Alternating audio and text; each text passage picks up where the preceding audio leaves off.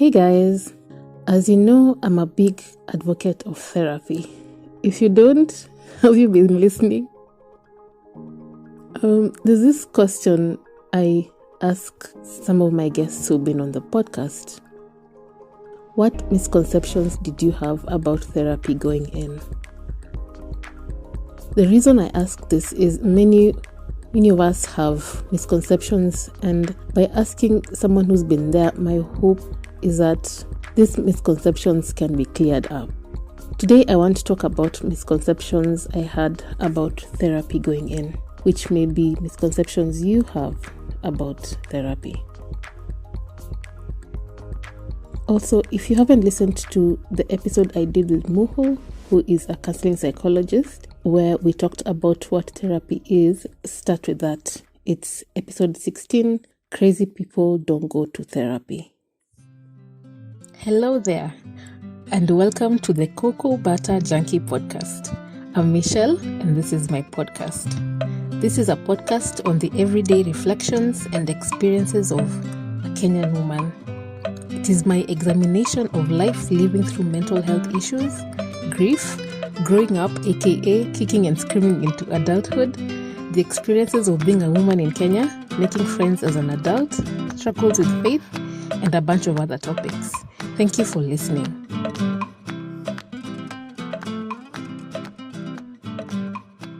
In the episode, Muhu tells us, first of all, crazy is not an appropriate term. So there's that. But also, she says it's the self-aware that go to therapy. You realize you're not in a good place and you need help. That's self-awareness. Even if it was not your idea to go to therapy, on some level you must know that something is not quite right. And number 2, your therapist will not tell on you. They will not reveal what you've talked about.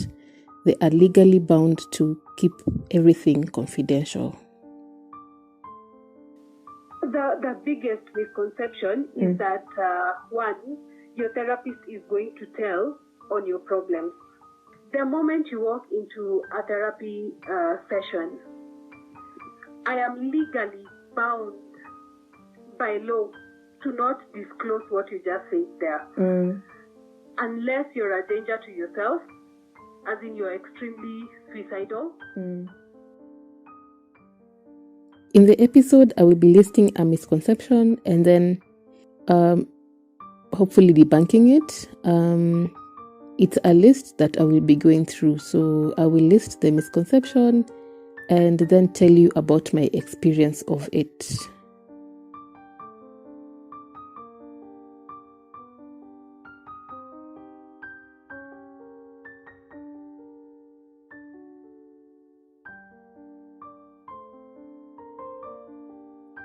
So continuing from where we left off, other misconceptions I had and you may have could be, number 1, you can make someone go to therapy. If they are a grown-up in their right mind, mostly, if they're lucid and cognizant of what is happening, you can't. You can suggest it, you can pressure them, but unless they themselves see the need for it, and the problems they're in, or at least want to understand what is going on, you can't. The best you can do is suggest it and hope for the best. Misconception number 2, therapy is not accessible. In the last episode, Muhu talked about public hospitals that have a really good psychiatric and psychological care departments. I don't know if that's what they're called, but I think you get my point. I would encourage you to visit a public hospital where you are, if anything, just for a referral. There's also the cost factor. It's expensive to see a psychiatrist, especially in a private clinic in Kenya. Psychologists will also charge you anywhere between 1,000 and 5,000 per visit. So yeah, it's not cheap. But as Muhu said, you have the option of public hospitals. And I've also recommended here this before, but there are also online services like Inuka and Mental 360. I will leave a list of resources in the show notes if you're interested.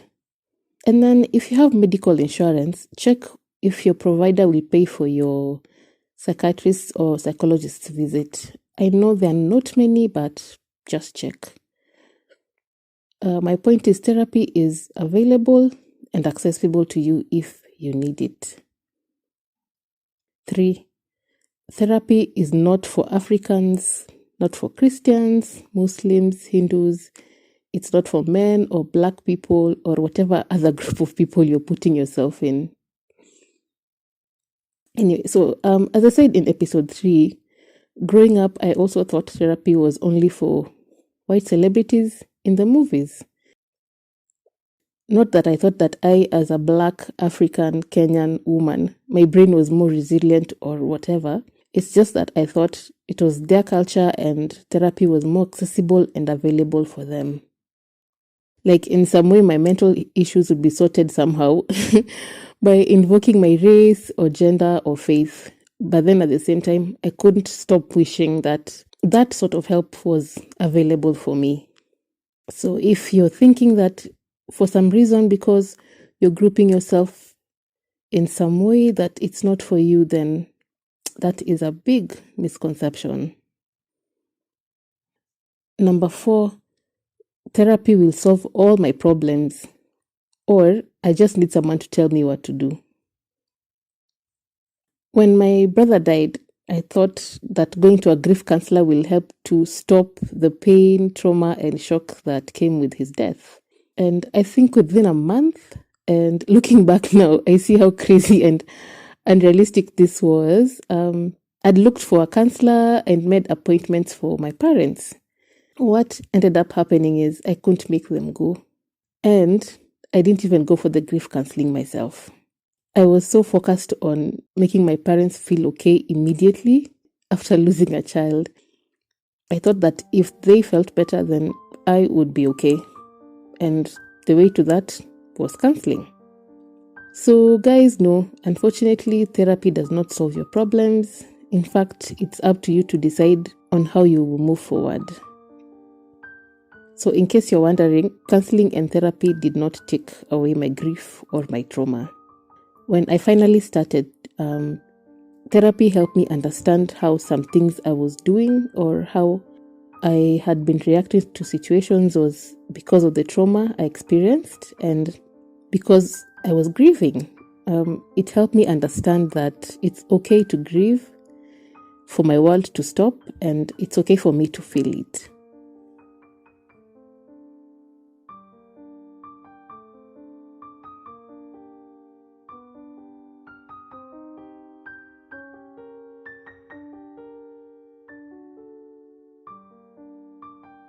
Misconception number 5.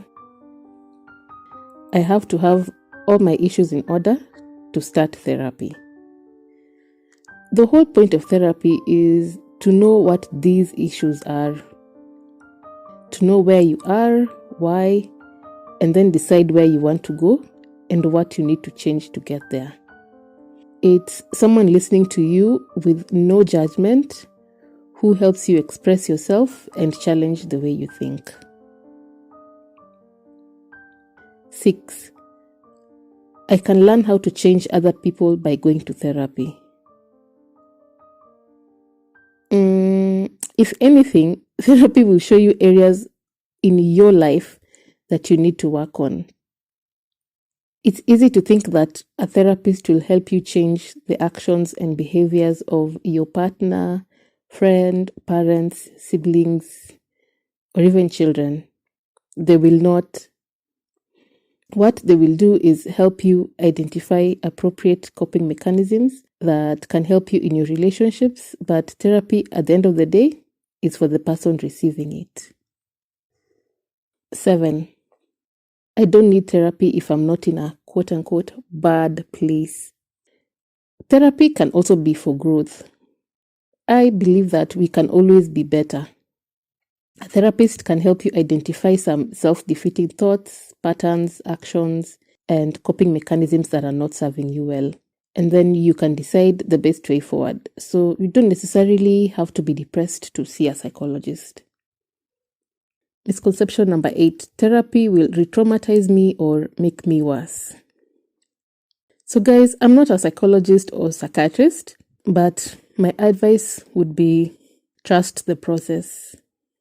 Therapy is tough and it may bring out some pain, but there's always a goal and an end to it. Sometimes it's difficult, but trust me, there's a light at the end of that tunnel. So this point is full of cliches, but I hope you get my point.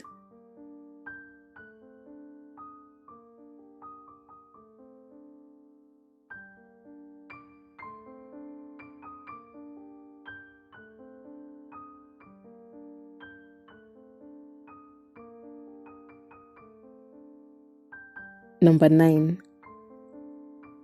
Just talking about my problems will not solve anything.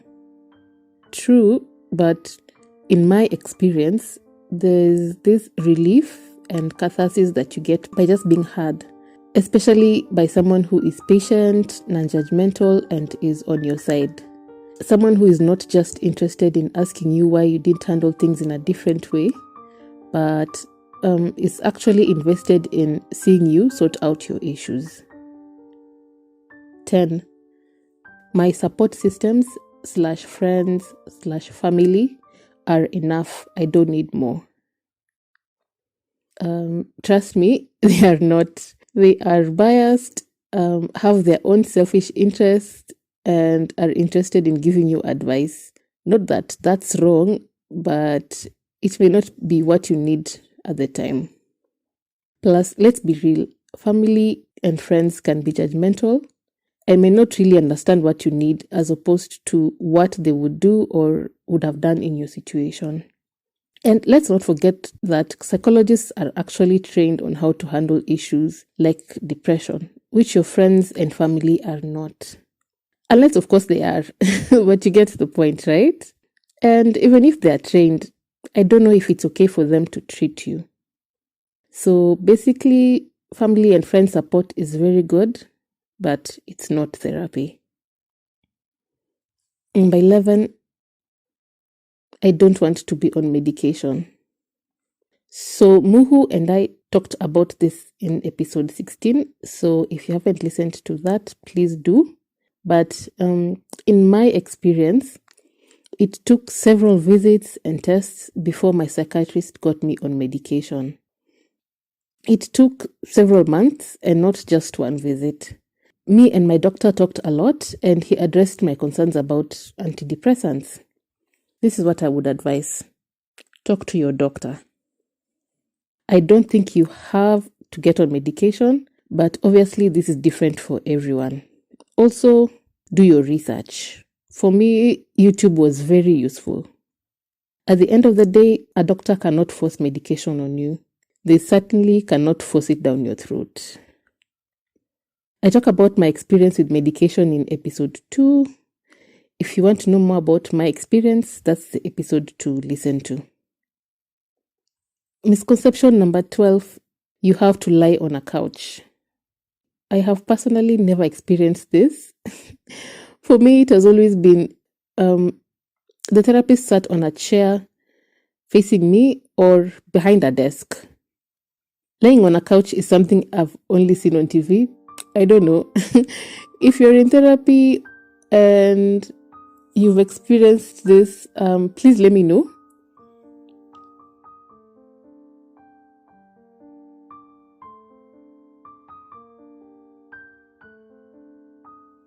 Number 13, I will feel better immediately after one session or each session. No, you will not. Especially not the first session. What I felt after my first session was more along the lines of hope, feeling hopeful that I could finally understand what had been going on with me. I did not feel better. Therapy is a process. It takes time. It can be difficult and painful, but again with the cliches, trust the process because that's what it is. a process. There's a storm, but there's also a calm. Your therapist will lead you there. And remember, you're not a machine that can be fixed in one go, and your therapist is not a mechanic. Number 14, therapy ends after my sessions. No, it doesn't. You have work to do. Whatever you learn in therapy, you have to implement in your real everyday life outside the therapy bubble. Your therapist will not change your patterns that are causing you harm. That's all you. If you have maladaptive coping mechanisms and you have learned what they are, the ball is in your court. In fact, sometimes you'll be asked to do homework, which we'll talk about in the next session. So you have work to do after each session. And then lastly, therapy is forever. Like Muhu said, there's a fixed number of sessions you have. I think she mentioned 20. But then you can still get psychosocial support afterwards if you need it. So no, therapy is not forever.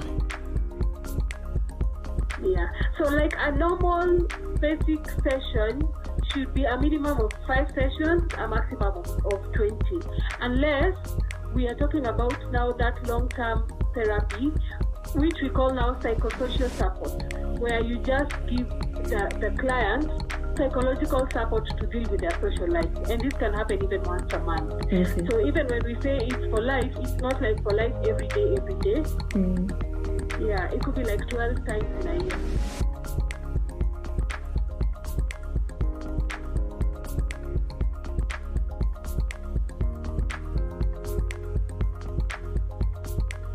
Okay, guys, those are common misconceptions people have about therapy, some of which I've had myself, and I'm not saying that is an exhaustive list, but I hope that clears up for you things that therapy will not do for you and any misconceptions you may have about therapy. And yes, even after knowing all of this, I'm still of the opinion that everyone can do with some therapy.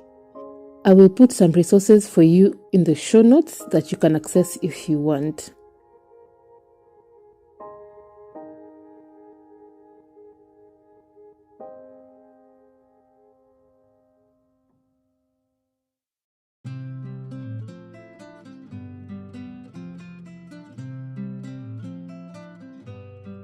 If you're a doctor offering mental health services and would like people to be able to reach you, or you would like to clear up some issues concerning mental health, medication, or therapy, please reach out to me.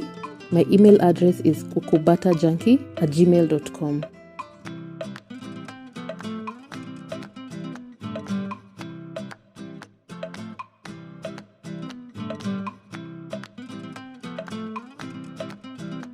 I'm also looking to share your stories of mental health and experiences.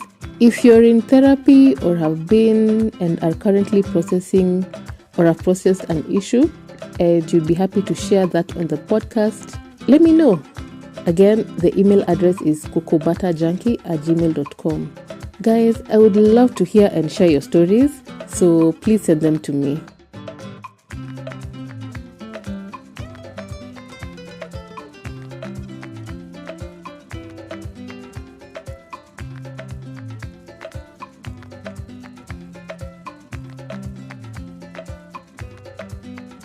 This week's recommendation is just me wondering if you guys really listen to this segment. And if any recommendation I have made has been of some use to you, please let me know. Send me a DM or something. I'm on email, Instagram, and Facebook. You can also leave me a voice message on anchor.fm/messages/kokobatajunkie.